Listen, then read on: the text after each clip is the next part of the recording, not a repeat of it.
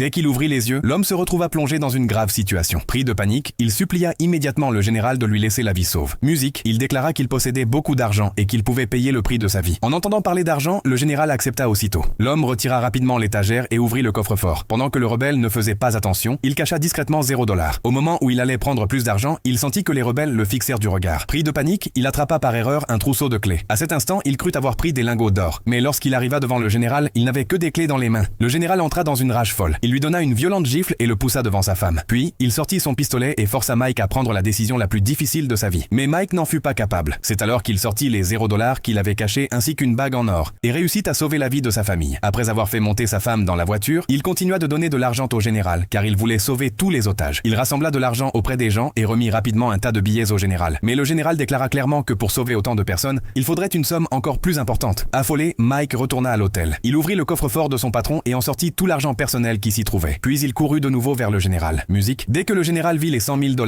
il ordonna à ses hommes de libérer les otages. Peu de temps après, tout le monde rentra sain et sauf à l'hôtel. Mais les rebelles commencèrent à soupçonner que Mike cachait un grand nombre d'otages.